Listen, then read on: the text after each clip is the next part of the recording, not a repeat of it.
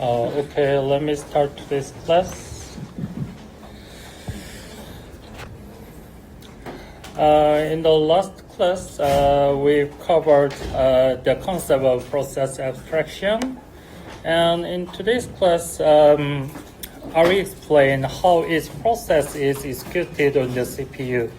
To understand this, you first need to grasp the concept of limited direct execution. In this execution model, user applications can run on the CPU, but under the control of the operating system. So this is the fundamental mechanism to realize CPU virtualization in an efficient and safe manner. Okay, this is our roadmap for today's class. First, I will introduce two problems of direct execution. Direct execution is a little different from limited direct execution. In this execution model, user applications can be executed on the CPU without any control by the operating system. Due to this simple execution model, it introduces two big problems. One is restricted operation, and the other is about switching between processes. After that, I will introduce how the limited direct execution can address these two problems by using several mechanisms like dual mode operation, system call, and two approaches for context switching. Okay, then let's get started. Okay, as mentioned before, if multiple processes try to use the single CPU at the same time, the operating system should be able to virtualize it by using time sharing. In time sharing, the operating system divides the CPU time into smaller time slices, and each time slice is then assigned to one process. Then each process can be executed on the CPU only during the time slice. This is the basic concept of time sharing. However, when you apply this model, we need to consider two key issues in terms of performance and control. The first issue is how to minimize performance overhead for CPU virtualization. And the other issue is how the operating system can support the execution of multiple processes while retaining control of the CPU. So addressing these two challenges is very important in building the CPU virtualization. If we only think about the performance issue, the solution is very simple. Just to run the program directly on the CPU and let it execute without any intervention. Then let's take a look at how the direct execution works internally.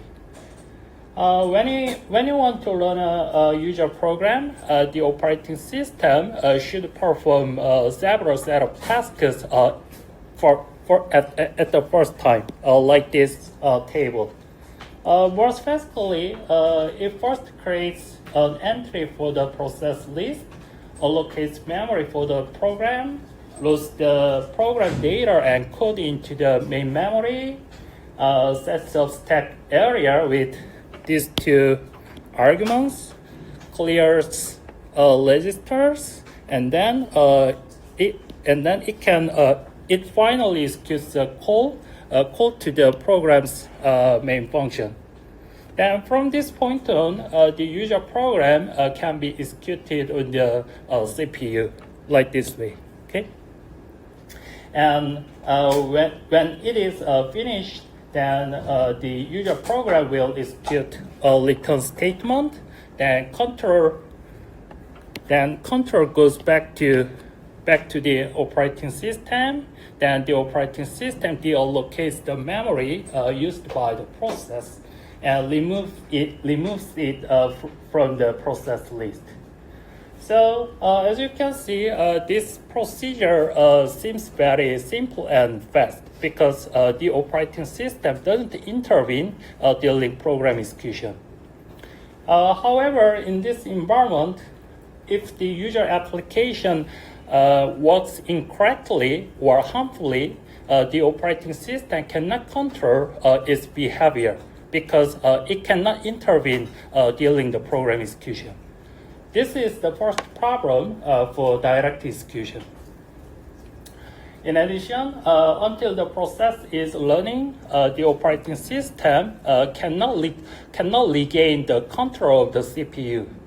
This means while the process is learning, the context switching cannot happen in this model. This is the second problem for direct execution. So in summary, the operating system doesn't have any control while the process is running.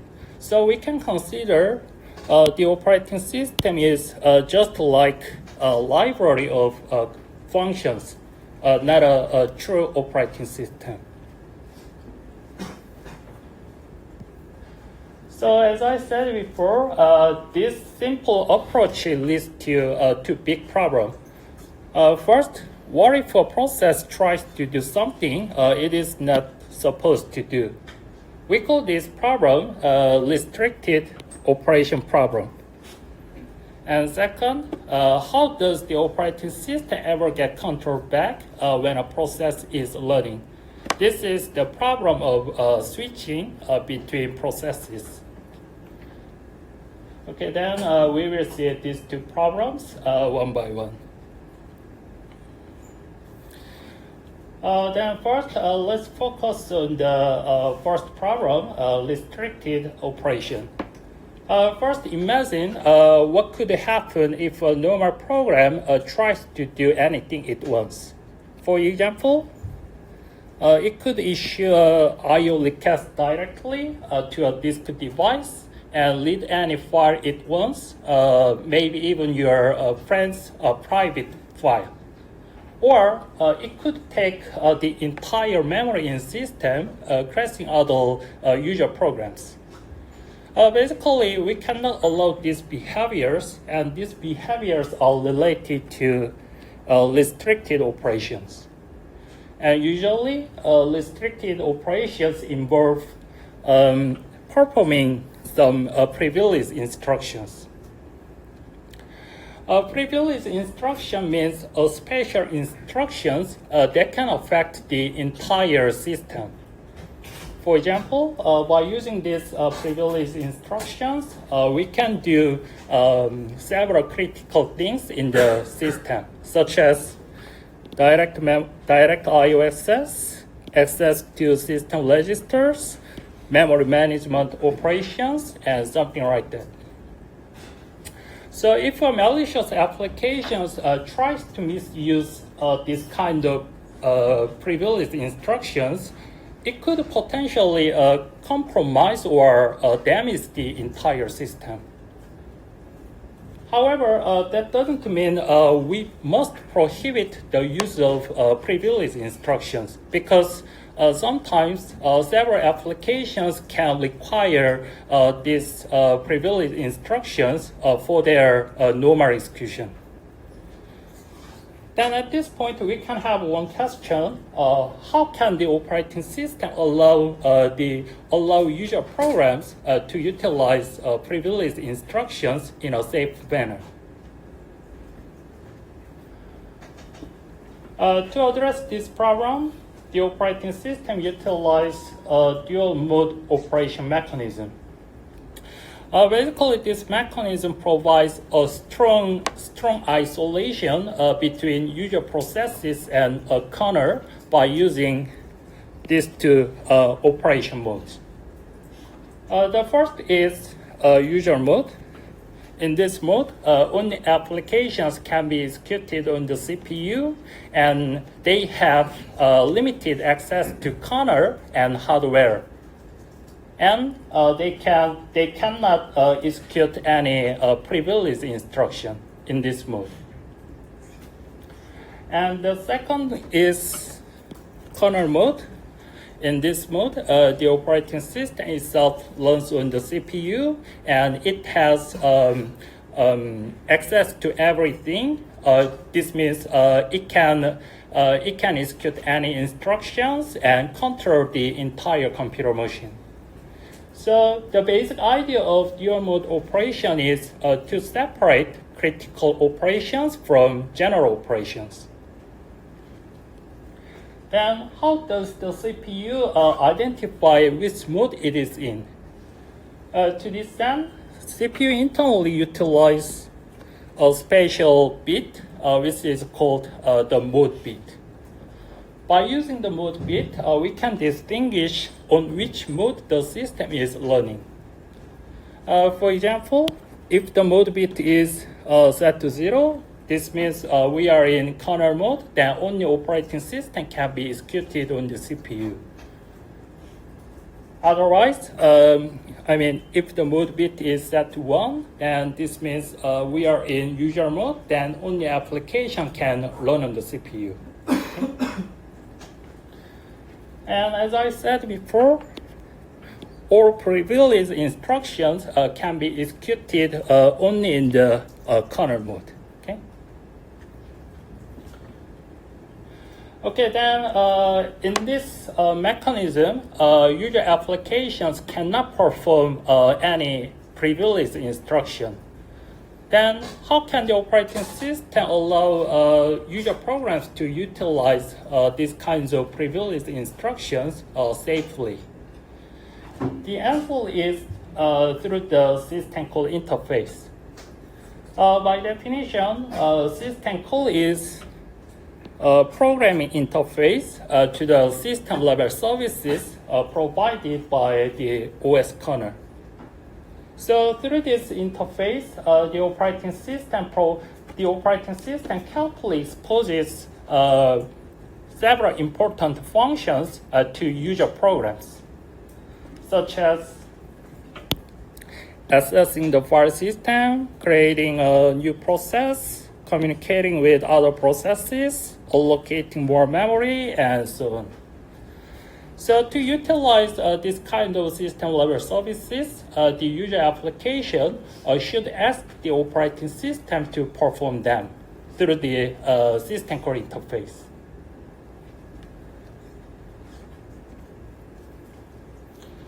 Okay, now for the technical part, then how does the system call actually works? To this end, we require two special instructions, trap and return from trap. First, when a user process makes a system call, it should execute trap instruction. And this instruction does two things at once. That is, it jumps into the kernel space like this, and it switches the CPU from user mode to kernel mode, raising the privilege level. Then in the kernel mode, the operating system can be executed on the CPU, and it can perform requested system level service by using some privileged instructions. After the operating system has finished the work, then it tries to return the control to the user process again. Then to this end, it utilizes return from trap instruction. This instruction does the opposite things. That is, it returns into the calling user process and switches the CPU from kernel mode to user mode, reducing the privilege level. Then from this point on, the user process can resume its execution from the previous point. Okay? This is the basic mechanism of system call interface.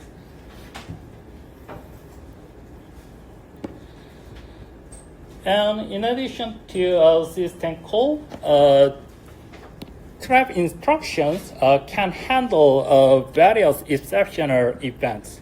For example, if your program makes a software error like division by 0 or invalid memory access, then trap instruction is automatically executed on the CPU to handle these error situations. Then at this point, we can have one question. How does the trap know which code to run inside the operating system? Because this is because that there are many possible causes for the trap instruction. To handle this, the operating system prepares a trap table. The trap table contains the mapping information between the trap type and the entry point address of the corresponding trap handler. Then what is the trap handler? Trap handler refers to the code logic that can handle a specific trap event. This means there are many trap handlers in the operating systems depending on the trap type. So by using this trap table, the operating system can decide which trap handler should be invoked to handle the current trap event. Okay? And similarly, system calls also. There are many types of system calls. So to distinguish them, the operating system assigns a unique number to its system call. We call this number system call number. So when a user program makes a system call, it should place the desired system call number in a CPU register, like EAX register in x86 architecture. Then the operating system can identify which system call function was requested by checking this register value. However, from the programmer's perspective, this task is hidden. So for programmers, system call is no different from API function call.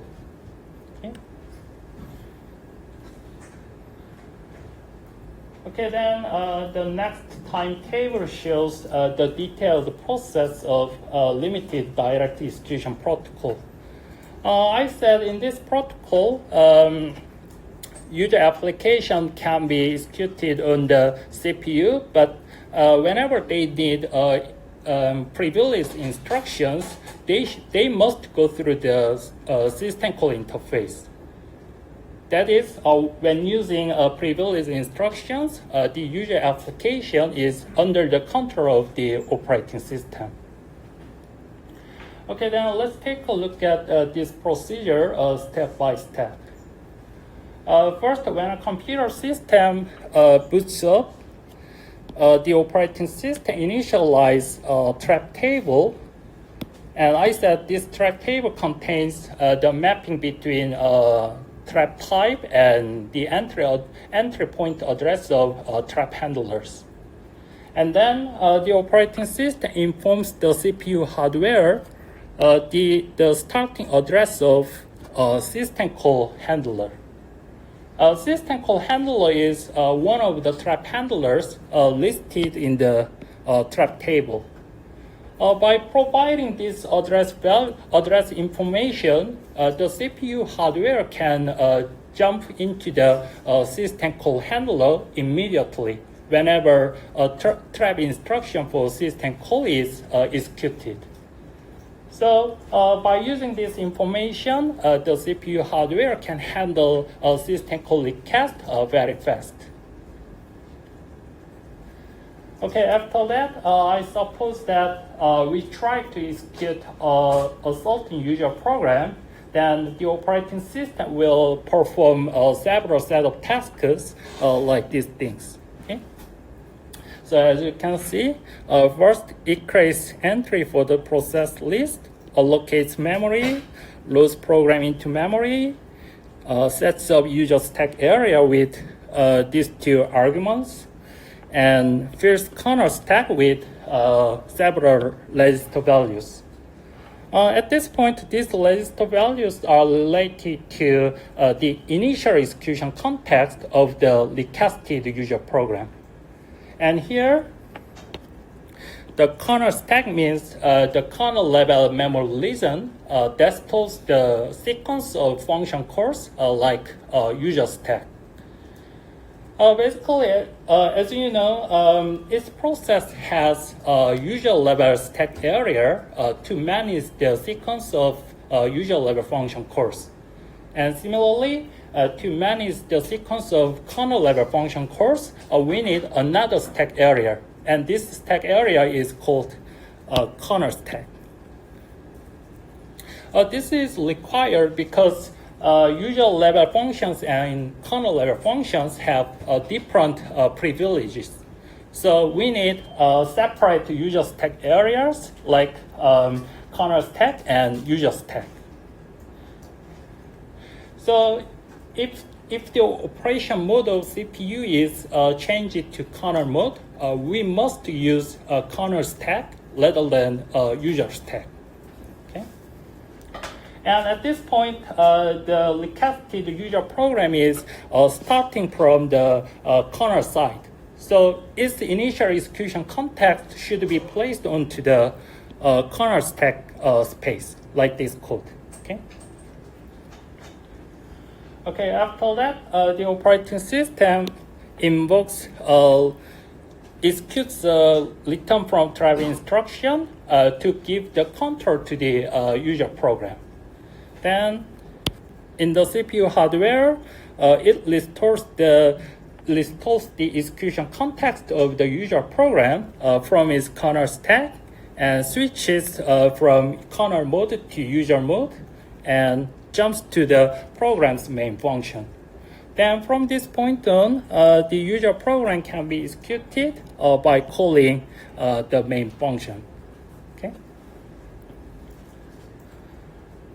And at some point, if the user program wants to use a certain system level service, then it should invoke a system call function to ask the operating system's help. Then in this case, the drive event will be delivered to the operating system side. Okay, then in the CPU hardware, it saves the registers of the user programs to its kernel stack, and it moves to the kernel mode and jumps to the trap handler. At this point, this trap handler means system call handler. So I said the CPU hardware already knows the starting address of the system call handler, right? So it can execute this code logic immediately. Then in the system call handler, the operating system can intervene during process execution. Then at this point, in the system call handler, the operating system performs the requested service by executing some privileged instructions at this point, right? And when the operating system has finished the work, then it executes return from drive instruction to return the control to the user program again. Then the code flow will jump to here, and the CPU hardware will restore the registers of the user program from its kernel stack and moves to the user mode and jumps to the next instruction after trap. This trap was issued by the user program. And as you know, the address of the next instruction is stored in a program counter. Okay, then the code flow can jump to here. This means the user program can resume its execution from the previous point. And then when the user program is finished, then it should execute exit system call to deallocate its all resources. Then the control goes back to the operating system, and the operating system can deallocate the memory used by the process and remove it from the process list. Okay, so this is the entire procedure of the limited direct execution.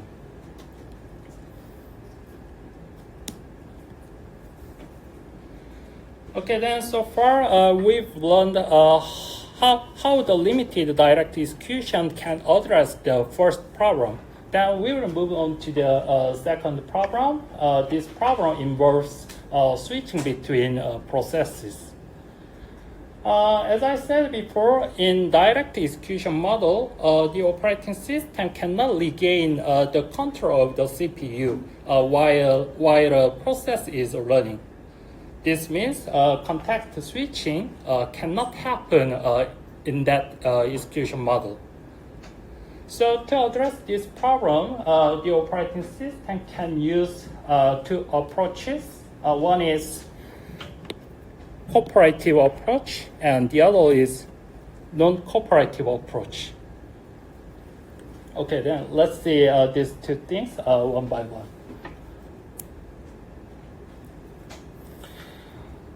Okay, the first thing is the cooperative approach.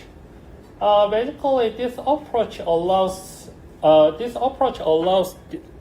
user processes to voluntarily give up the CPU resource to trigger context switching. And basically, there are several system call functions for this purpose, like the yield system call. So in this approach, the operating system waits for the learning process to invoke the yield system call. And when this happens, then the operating system can acquire the control of the CPU and decide the next process to run on the CPU. So this is the main idea of a cooperative approach. In addition, application also transfer the control of the CPU to the operating system side when they do something illegal.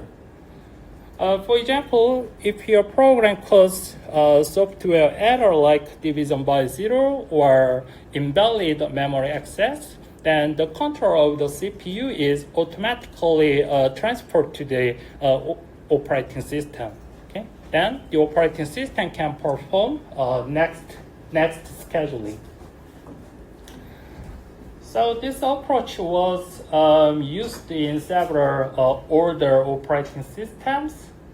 However, this approach has one critical drawback. That is, the operating system cannot handle a situation where a process gets stuck in an infinite loop. In this case, the learning process cannot invoke yield system call, so the operating system cannot regain the control of the CPU forever. So to handle this situation, we need to reboot the computer machine. Okay? This means relying only on this approach is not ideal for context switching.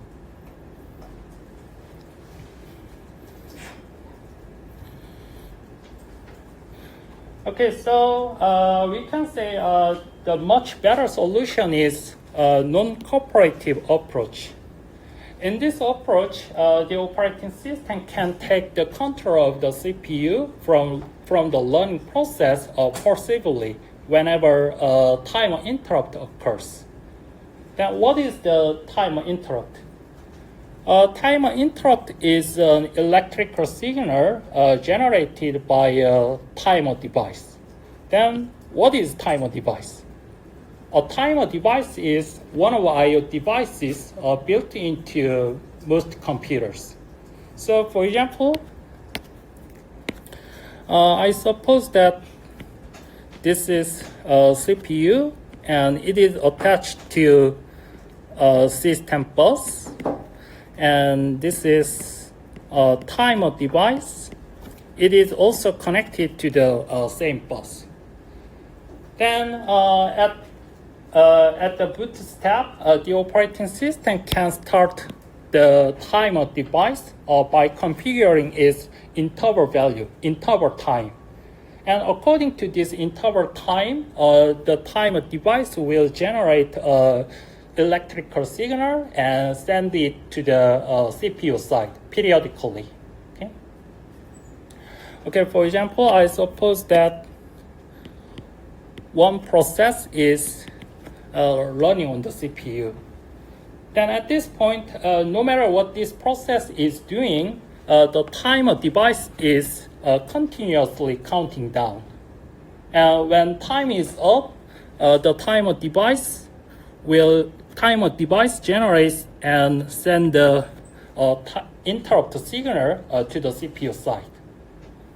Then when the signal arrives here, the CPU will stop the execution of the learning process and save its execution context and jump to the interrupt handler inside the operating system.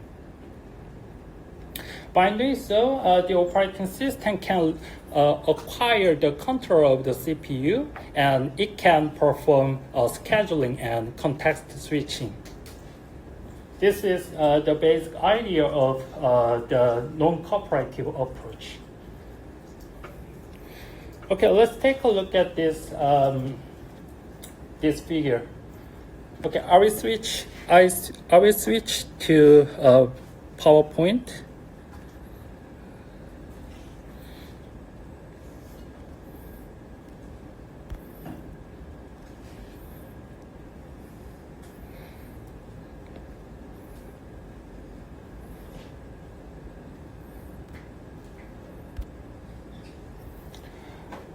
Okay, basically this figure shows how an interrupt signal triggers a context switch.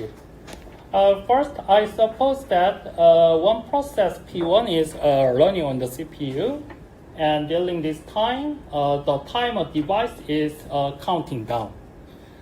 And then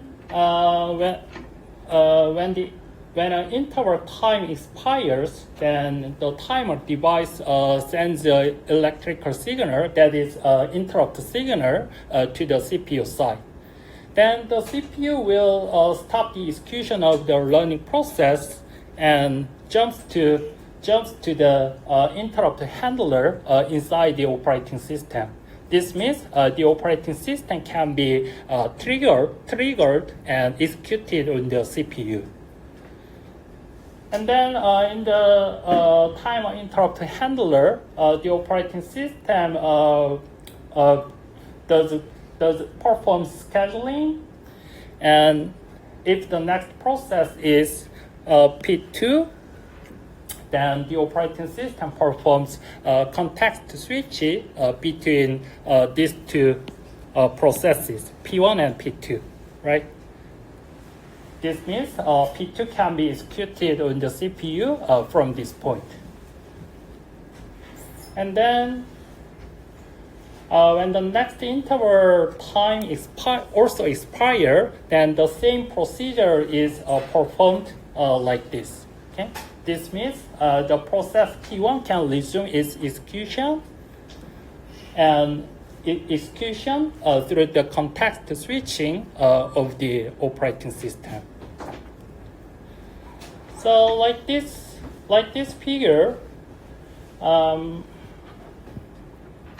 whenever a time interrupt occurs, the operating system can regain the control of the CPU and perform context switching between processes. like this pattern. Okay. Okay, then let's take a closer look at interrupt more. As I said before, interrupt is an electrical signal that our I/O devices sends to the CPU side when an I/O event occurs, like timer interrupt. Okay.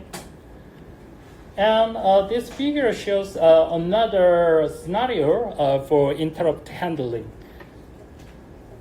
In this example, I assume the process P1 is running, and it invokes a read function to read a file from a disk device.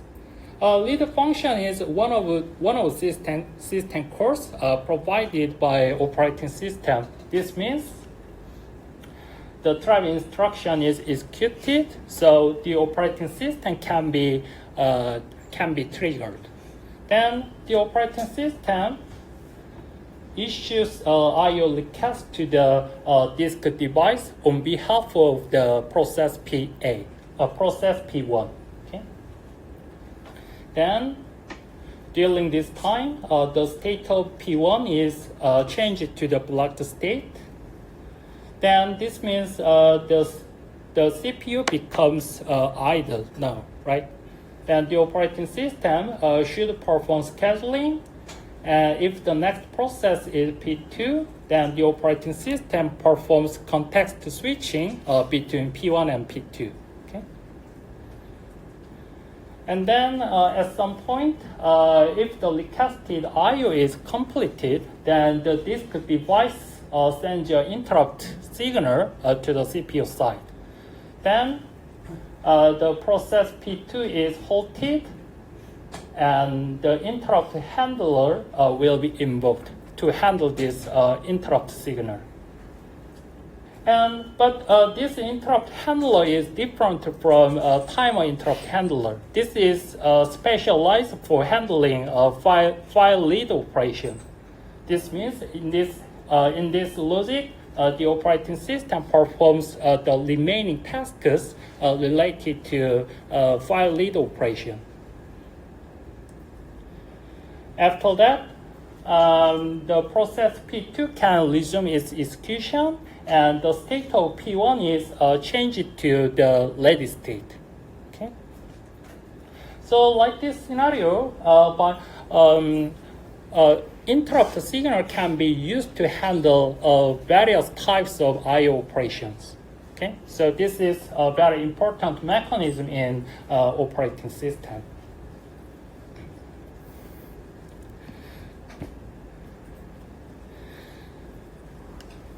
Basically, interrupt can be divided into two types.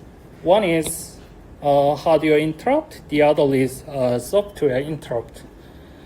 Basically, when it just say interrupt, we are referring to hardware interrupt, and this interrupt is generated by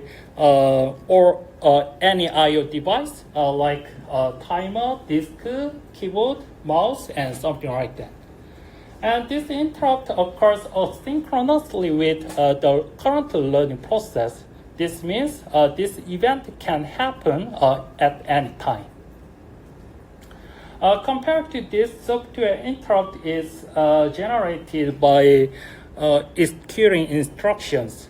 That is, if a process makes a system call or causes a software error, then the software interrupt can happen. So we can say this interrupt is synchronous to the currently learning process. This means this event happens when CPU executes a specific instruction. And we can divide software interrupt into two subtypes, trap and fault. If the interrupt is expected or intended by programmers, we call this trap, like system call. Or if it is unexpected or not intended by programmers, we call this fault. So you can consider a fault is like error, software error. Okay. Anyway, through these two types of interrupt, the mode switch can be triggered from user mode to kernel mode. Then the operating system can be executed on the CPU.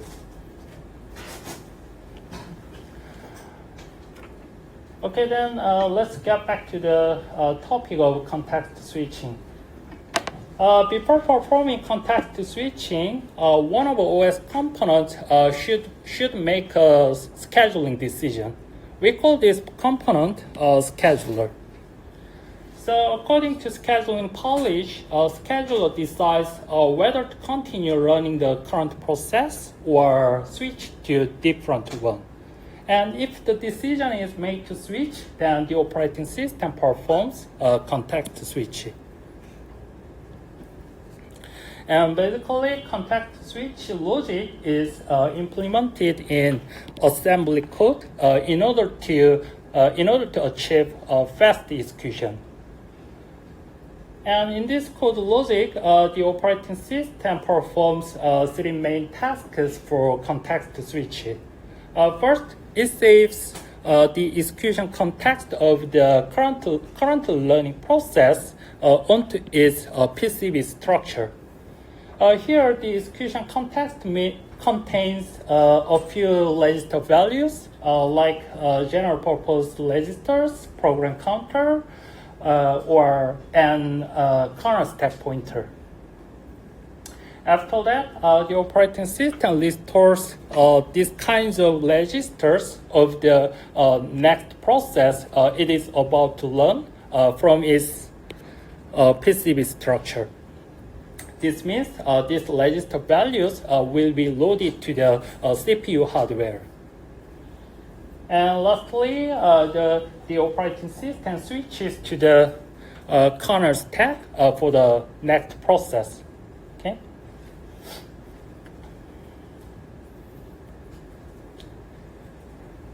Okay, and the next timetable shows the detailed process of limited direct execution protocol with timer interrupt.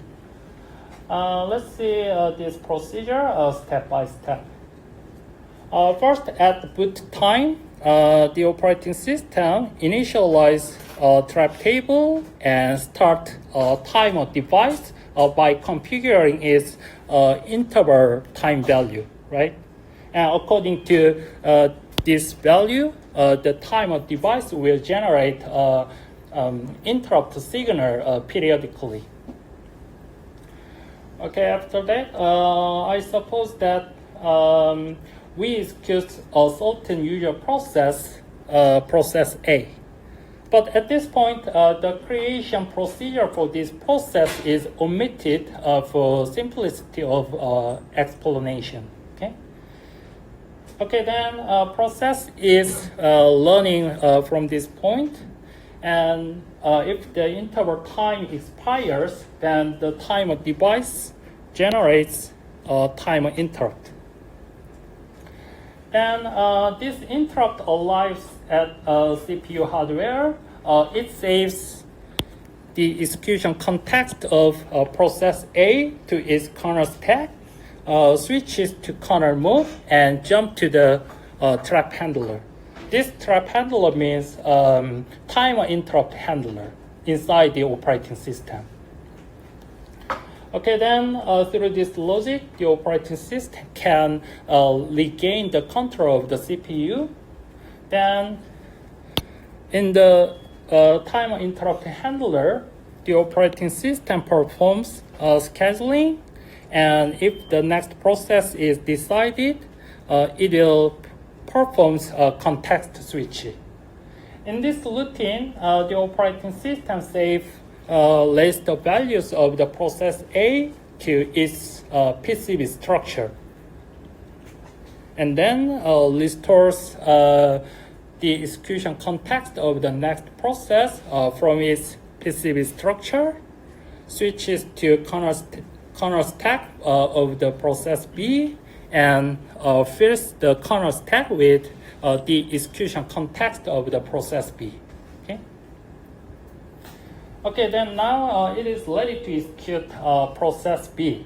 So the operating system executes return from trap instruction. Then in the CPU hardware, the execution context of the process B is loaded to the CPU registers.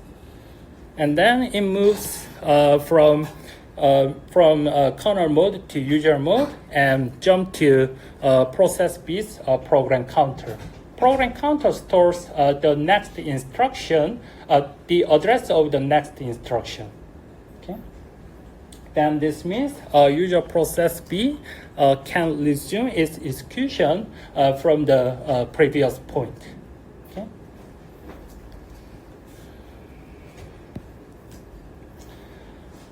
Okay, and this source code shows the contact switch logic used in the XV6 kernel.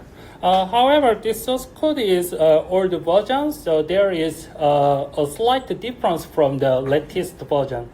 However, there is no problem to understand the basic flow of context switch because this code flow is very similar to the latest version. Okay. So as you can see, this code logic is implemented by x86 assembly code, and simply speaking, this part is for storing the context information of the learning process, and the next part is for loading the context information of the next process to the CPU hardware. Okay? So please review this source code on your own. Okay, then lastly, we will talk about the concurrency issue. You can think about what if another interrupt happens during interrupt or trap handling. Actually, this concurrency issue is very difficult to handle. So to avoid this situation, fundamentally, many operating systems disable interrupts during interrupt processing. Or other operating systems utilize several locking schemes to handle this concurrency issue within the kernel. We will talk about these two features when handling the topic of concurrency. Okay, then this is the end of this material. I will summarize what we've covered in Korean briefly. 자, 한번 요약을 하고 수업을 마치도록 하겠습니다. 자, 그래서 우리가 지금 계속해서 이 타임 쉐어링을 이용한 CPU 버추얼라이제이션에 대해서 얘기를 하고 있고요.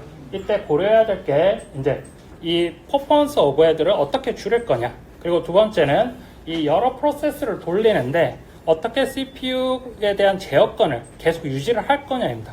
오퍼레이팅 시스템 입장에서. 자, 그래서 우리가 이 퍼포먼스만 생각하면 가장 간단한 방법은 그냥 이 프로그램을 CPU에다 실행시키고 얘가 끝날 때까지 그냥 기다리는 거예요. 그러면 이 프로그램이 가장 빨리 실행이 될 겁니다. 자, 그런데 문제는 이렇게 되면 이 프로그램이 실행 도중에 뭔가 이상한 짓을 하면 OS가 얘를 제어를 할 수가 없다는 문제가 있습니다. 그게 이제 첫 번째 문제고요. 두 번째 문제는 얘가 실행하는 동안 OS가 개입을 할 수 없기 때문에 OS가 일단 개입을 해야 스케줄링을 할 수가 있겠죠. 스케줄링을 하고 컨텍스트 스위칭을 할 수 있는데 아예 애초부터 개입을 못하는 실행 모델이기 때문에 이 스위칭을 못한다는 그런 또 단점이 있어요. 그게 이제 두 번째 문제입니다.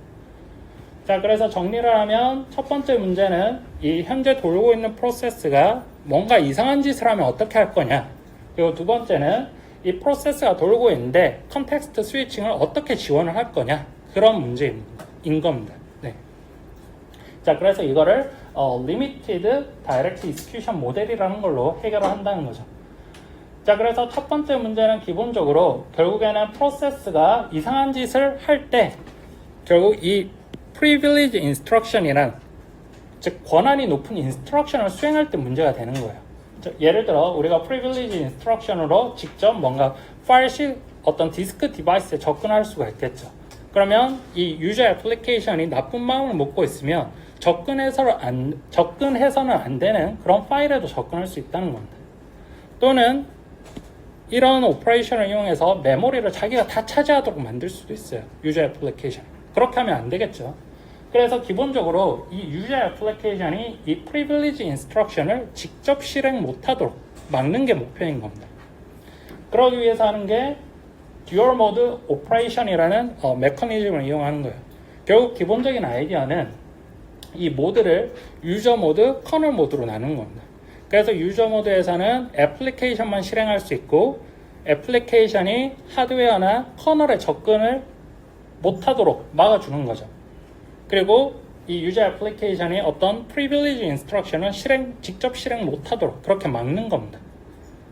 그리고 반대로 커널 모드에서는 당연히 OS만 돌 수 있고 이 OS는 어떤 곳이든 다 접근할 수가 있는 거예요. 그리고 어떤 인스트럭션이든 다 실행할 수가 있는 거죠. 그래서 중요한 어떤 오퍼레이션들은 이 커널 모드에서만 실행되도록 만들어주는 겁니다. 자, 그러면 이 유저 애플리케이션이 어떻게 이 프리빌리지 인스트럭션을 사용하게 할 건가? 그게 바로 이제 시스템 콜인 거죠. 네. 즉, 이 유저 애플리케이션이 직접 프리빌리지 인스트럭션을 수행하는 것이 아니라 OS한테 요청을 하는 거예요. 어떤 시스템 레벨 서비스를 수행해줘. 그럼 OS가 대신 이 시스템 레벨 서비스들을 수행하기 위해서 프리빌리지 인스트럭션을 대신 수행하는 겁니다. 안전하게. 네. 그게 기본적인 아이디어예요. 자, 그래서 실제로 OS가 여러 가지 기능들을 이 시스템 콜 인터페이스를 통해 제공을 하고 있습니다. 유저 프로그램들한테. 그럼 유저 프로그램은 이런 시스템 콜 함수를 호출해서 뭐 프로세스를 만든다든지 뭐 메모리를 더 할당받는다든지 그런 걸 할 수가 있는 거죠. 자, 그래서 구체적으로는 이제 요 트랩 인스트럭션과 return from trap이라는 걸 사용하는데 우리가 시스템 콜을 호출하게 되면 기본적으로 이 트랩 인스트럭션이 이제 실행이 됩니다. 구체적으로는 먼저 이렇게 트랩 인스트럭션이 실행되면 커널 영역으로 코드 플로우가 점프를 하고요. 점프를 하고 이제 이 CPU의 모드를 유저 모드에서 커널 모드로 바꿔줍니다. 즉, 이 모드 비트를 세팅해 주는 거죠. 네. 바꿔주고, 그리고 이제 그러면 자기의 권한이 이제 더 올라가니까 이제 OS가 실행될 수가 있습니다. OS가 실행돼서 이제 요청한 시스템 콜을 수행을 하게 되겠죠. 이때 프리빌리지 인스트럭션들이 실행이 되는 겁니다. 네. 자, 그리고 나서 돌아갈 때는 return from trap instruction을 통해서 이제 유저 쪽으로 이제 다시 돌아가서 유저 프로세스가 다시 실행이 될 수 있는 겁니다. 자, 그런데 이 트랩 인스트럭션 같은 경우에는 이 시스템 콜뿐만 아니라 여러 가지 어떤 예외 상황들을 다 처리를 하고 있어요. 뭐 소프트웨어 에러가 났다든지 아니면 뭔가 잘못된 메모리 접근이 생겼을 때 자동으로 이런 트랩 인스트럭션이 실행이 됩니다. 그래서 OS한테 제 여건이 넘어가고 OS가 이런 에러들을 처리할 수 있게 해주는 거죠. 네. 자, 그러면 이때 문제가 우리가 어떤 트랩 인스트럭션이 일어났을 때 이게 시스템 콜에 대한 건지 아니면 이런 소프트웨어 에러들에 대한 건지를 결정할 수 있어야겠죠. 그거를 위해서 OS가 이 트랩 테이블을 만들어서 본다는 겁니다. 즉, 현재 트랩이 어떤 타입인지 보고 거기에 맞게 이 트랩 핸들러, 즉 이 트랩을 처리하는 코드 로직을 실행시킨다는 거죠.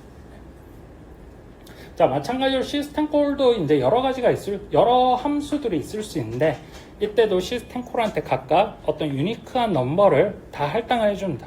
그래서 현재 호출된 시스템 콜 함수가 무슨 함수인지를 파악을 할 수 있게 하는 거죠. 자, 그래서 우리가 이 타임 테이블을 통해서 쭉 살펴봤는데 아까 얘기한 것처럼 트랩 테이블을 이제 설정을 하고 이때 하나 중요한 거는 이 CPU에게 어떤 CPU의 특수한 레지스터가 있어요. 거기에다가 이 시스템 콜 핸들러의 주소를 넣어주는 겁니다. 자, 이 시스템 콜 핸들러는 트랩 핸들러 중 하나입니다. 우리가 시스템 콜이 발생하면 호출해야 하는 그런 핸들러인 거죠. 그래서 이 시스템 콜 핸들러의 주소를 미리 알려주면 우리가 시스템 콜이 발생할 때마다 CPU가 바로바로 테이블을 참조하지 않고도 바로바로 얘를 즉각적으로 처리해 줄 수 있다는 거죠. 자, 그래서 이런 과정을 통해서 이제 쭉 그 프로세스가 만들어지고요. 여기서 이제 조금 어려운 부분은 이제 커널 스택인데, 자, 우리가 이 스택 영역이 보통은 유저 스택을 가지고 많이 얘기합니다. 그래서 유저 스택을 이용해서 어떤 함수 호출의 시퀀스를 이 유저 스택에 이제 저장하면서 우리가 관리를 하게 되는 거죠. 자, 그런데 커널 모드로 넘어가면 이제 커널 함수들이 이제 호출될 텐데 그 시퀀스도 관리가 되어야 하는 거예요. 그러기 위해서 사용하는 게 이 커널 스택입니다. 그래서 스택 영역이라고 하면 커널 스택과 유저 스택이 있다고 생각을 하시면 돼요. 네. 보통은 우리가 스택이라고 하면 보통은 유저 스택을 말하는 거지만 이 커널 쪽에서는 이제 커널 스택이 따로 있다는 거예요. 프로세스마다. 자, 그래서 여기서는 지금 이 프로그램이 커널 사이드에서 시작을 하기 때문에 이 프로그램에 대한 초기 익스큐션 컨텍스트를 이 커널 스택에 저장을 해줘야 된다는 거죠. 네. 자, 그렇게 저장을 해주고 return from trap을 하면 마치 얘가 그 시스템 콜 받은 것처럼 동작을 하는 거예요. 네. return from trap을 하면 이제 그 컨트롤 제어, 이 CPU에 대한 제어권이 프로그램에게 넘어가는 겁니다. 자, 이때 넘어갈 때 CPU에서는 이제 커널 스택에 저장되어 있던 레지스터 값들을 CPU한테 로드를 하고, 그리고 모드 스위치가 일어나고 메인 함수로 점프하는 거죠. 네. 그러면 이제 메인 함수부터 프로그램이 쭉 실행을 할 수가 있습니다. 자, 그 다음부터는 뭐 비슷합니다. 시스템 콜이 호출되면 이제 트랩이 발생하고, 트랩이 발생하면 이제 CPU에서는 현재 프로그램의 익스큐션 컨텍스트들, 즉 레지스터 값들을 잠깐 커널 스택에다 저장을 해두는 거예요. 네, 그래야 나중에 돌아올 수 있겠죠. 저장을 해두고 모드 바꾸고 트랩 핸들러로 점프를 하는 겁니다. 여기서 이제 트랩 핸들러가 시스템 콜 핸들러를 의미를 합니다. 네. 자, 그래서 시스템 콜 핸들러 점프를 하면 이제 이 시스템 콜에 대한 처리가 이루어지고 그게 끝나면 다시 아까와 마찬가지로 return from trap으로 돌아가게 되는 겁니다. 이때 돌아갈 때 이제 이번에는 메인 함수 초기로 이제 돌아가는 게 아니라 프로그램 카운트에 저장된 다음 주소로 이제 돌아가는 거죠. 즉 트랩이 발생하고 나서 그 다음 인스트럭션을 수행해야겠죠. 네. 그래서 이 유저 프로그램이 이전 지점 이후부터 쭉 다시 자기 실행을 리줌할 수 있는 거예요. 네. 자, 그래서 우리가 이런 restricted operation 문제를 듀얼 모드와 그 시스템 콜을 통해서 해결을 할 수가 있는 거고요. 그리고 스위칭은 이제 또 두 가지 방법이 있습니다. 코퍼레이티브와 논 코퍼레이티브인데 간단히만 말하면 코퍼레이티브는 프로세스가 스스로 CPU 제어권을 포기하도록 만드는 겁니다. 즉 프로세스가 돌다가 이제 일드 함수로 호출하면 CPU를 놓게 돼요. 그러면 OS가 그 CPU를 잡아서 뭔가 컨텍스트 스위칭을 할 수가 있는 거죠. 자, 그런데 여기서 문제는 이제 프로세스가 협조적이지 않으면, 즉 일드 함수 호출하지 않으면 그 컨텍스트 스위칭을 못하게 되는 거죠. 네. 또는 프로세스가 어떤 무한 루프에 빠지면 또 일드 함수로 호출하지 못하니까 또 문제가 발생합니다. 그래서 이런 경우에는 우리가 이제 리부트를 할 수밖에 없어요. 네. 자, 그래서 이 방식은 옛날 오퍼레이팅 시스템들에서는 사용이 되지만 요즘에 이제 사용되지 않는 방법이고요. 요즘에 이제 사용되는 방식은 non-cooperative approach입니다. 즉 여기서는 이 타이머라는 디바이스를 이용해요. 이 타이머 디바이스가 뭐냐면 얘도 이제 IO 디바이스 중 하나인데 이 OS가 부팅을 할 때 여기에 어떤 인터벌 값을 설정을 해둡니다. 그러면 이 타이머 디바이스는 그 인터벌마다 주기적으로 이 인터럽트 시그널이라는 걸 발생을 시켜요. 인터럽트 시그널은 뭐냐? 간단히 말해서 IO 디바이스가 발생시키는 어떤 정기적 신호라고 생각을 하시면 됩니다. 그 신호를 이렇게 CPU에게 전달을 하는 거예요. 그럼 CPU에서는 현재 실행 중인 프로세스의 실행을 멈추고 이 인터럽트를 먼저 처리를 하게 됩니다. 자, 그래서 타이머 인터럽트 같은 경우에는 OS가 얘를 어떻게 처리하냐면 결국엔 이제 스케줄링을 하는 거예요. 네, 스케줄링을 하는 거고 다음 프로세스가 정해지면 이제 컨텍스트 스위칭을 하는 거죠. 이런 패턴으로. 자, 그래서 요 지금 요 인터벌이 타임 슬라이스라고 이제 생각을 하시면 됩니다. 네. 결국 타임 슬라이스마다 이 프로세스가 실행하게 되는 거죠. 자, 그리고 또 다른 시나리오를 보면 우리가 이제 어떤 프로세스가 리드 함수로 호출하게 되면 이 리드 함수도 이제 시스템 콜이기 때문에 트랩을 이제 발생시키게 돼요. 트랩을 발생시키면 이제 OS가 대신 어떤 IO 리퀘스트를 디스크에게 이제 보내주게 되는 거죠. 그동안 이 P1은 블락 상태로 돼서 기다리게 되는 거고요. 자, 그러면 CPU가 이제 비었으니까 OS가 이제 새로 스케줄링을 해서 다른 프로세스가 이제 실행이 될 텐데, 얘가 쭉 실행이 되다가 어떤 순간에 이 파일 리드가 다 끝날 수가 있겠죠. 이 파일 리드가 이제 다 끝나면, 이 IO 오퍼레이션이 다 끝나면 이제 디스크가 인터럽트 시그널을 CPU에게 다시 보냅니다. 보내서 현재 실행 중인 프로세스를 멈추고 얘부터 이제 핸들하도록 만들어주는 거예요. 인터럽트부터. 자, 여기서는 뭘 하냐? 여기서는 이제 우리가 파일 리드를 하고 나면 그 리드한 데이터를 메모리 카피하는 부분이 있습니다. 뭐 그런 어떤 그 태스크들이, 남은 태스크들인데 그 태스크들을 이제 OS가 수행하게 됩니다. 그래서 OS가 수행하고 그게 끝나면 다시 이전 프로세스가 이제 다시 잡게 되는 거죠. CPU를. 네.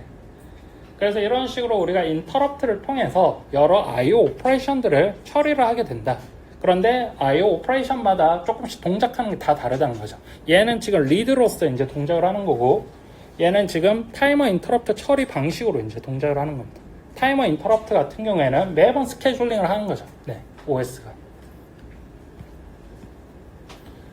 자, 그래서 인터럽트가 하드웨어랑 소프트웨어 인터럽트로 나뉘어지고, 하드웨어는 IO 디바이스들이 생성하는 것들, 즉 얘는 언제든 발생할 수가 있습니다. 현재 실행하는 프로세스와 어싱크로너스하게 이제 동작을 하기 때문에 언제든지 이제 발생할 수 있는 애고요.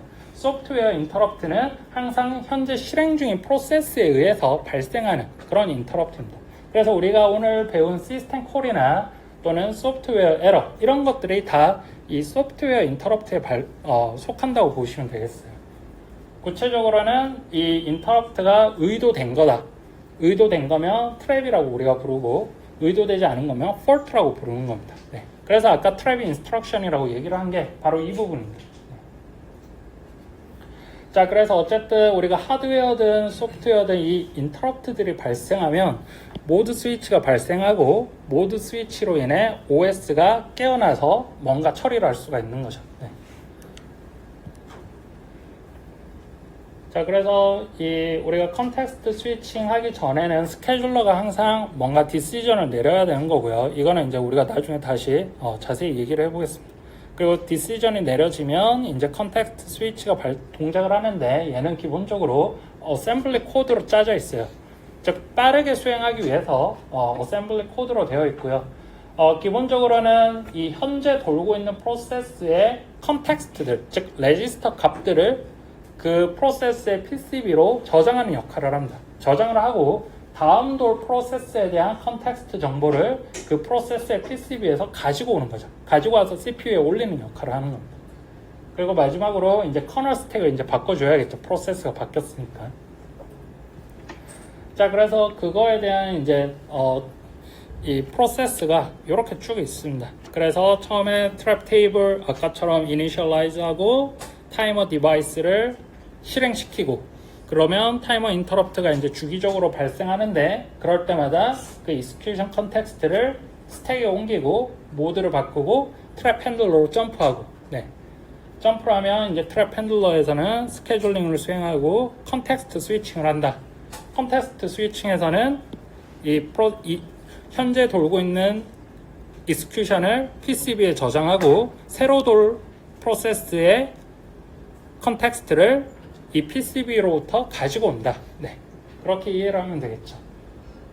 그리고 커널 스택을 바꾼 다음에 이 커널 스택에다가 이제 이 레지스터 값들을 다시 또 채워주는 겁니다. 아까처럼. 그러면 return from trap을 했을 때 이제 프로세스 B가 이렇게 돌게 된다는 거예요. 네. 자, 결국에는 지금 이 과정이 아까 이 그림에서 보여준 요 한 과정을 이제 표현을 한 겁니다. 예. 여기서 지금 동작하는 어떤 일들이 동작하는지를 보여주고 있는 거예요. 여기서.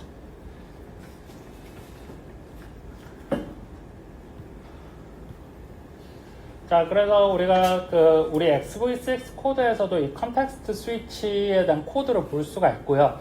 이거는 예전 버전이지만 거의 동일합니다, 로직은. 그래서 여기서 현재 프로세스의 레지스터 값들이 다 저장이 되고, 여기서 다음 프로세스의 레지스터 값들을 CPU로 로드 시키는 그런 일을 하는 거죠.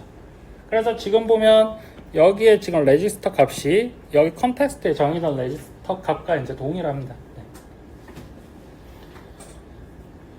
자, 그리고 마지막으로 우리가 이제 어떤 인터럽트를 처리하는 도중에 또 다른 인터럽트가 발생을 할 수가 있어요. 그러면 그 인터럽트를 또 처리하기 위해 다시 또 현재 실행 중인 걸 멈추냐? 그렇지 않다는 거죠. 자, 그래서 결국에는 이게 인터럽트가 뭔가 연쇄적으로 발생하게 되면 컨커런시 문제가 발생할 수 있기 때문에 보통 OS들은 이 인터럽트를 처리하는 동안에는 다른 인터럽트는 발생하지 않도록 디세이블을 시킵니다. 네. 그래서 현재 인터럽트부터 처리하고 그 다음 이제 발생하는 인터럽트를 처리할 수 있도록 하나씩 처리할 수 있도록 하는 구조를 가진다는 거죠. 또는 어떤 OS들은 우리가 나중에 배울 이 동기화 메커니즘을 이용해서 이런 컨커런시 문제를 또 해결하는 OS들도 있고요. 이거는 이제 나중에 또 얘기를 하도록 하겠습니다. Okay, then that's it for today's class. Thank you for your attention. Then see you next class.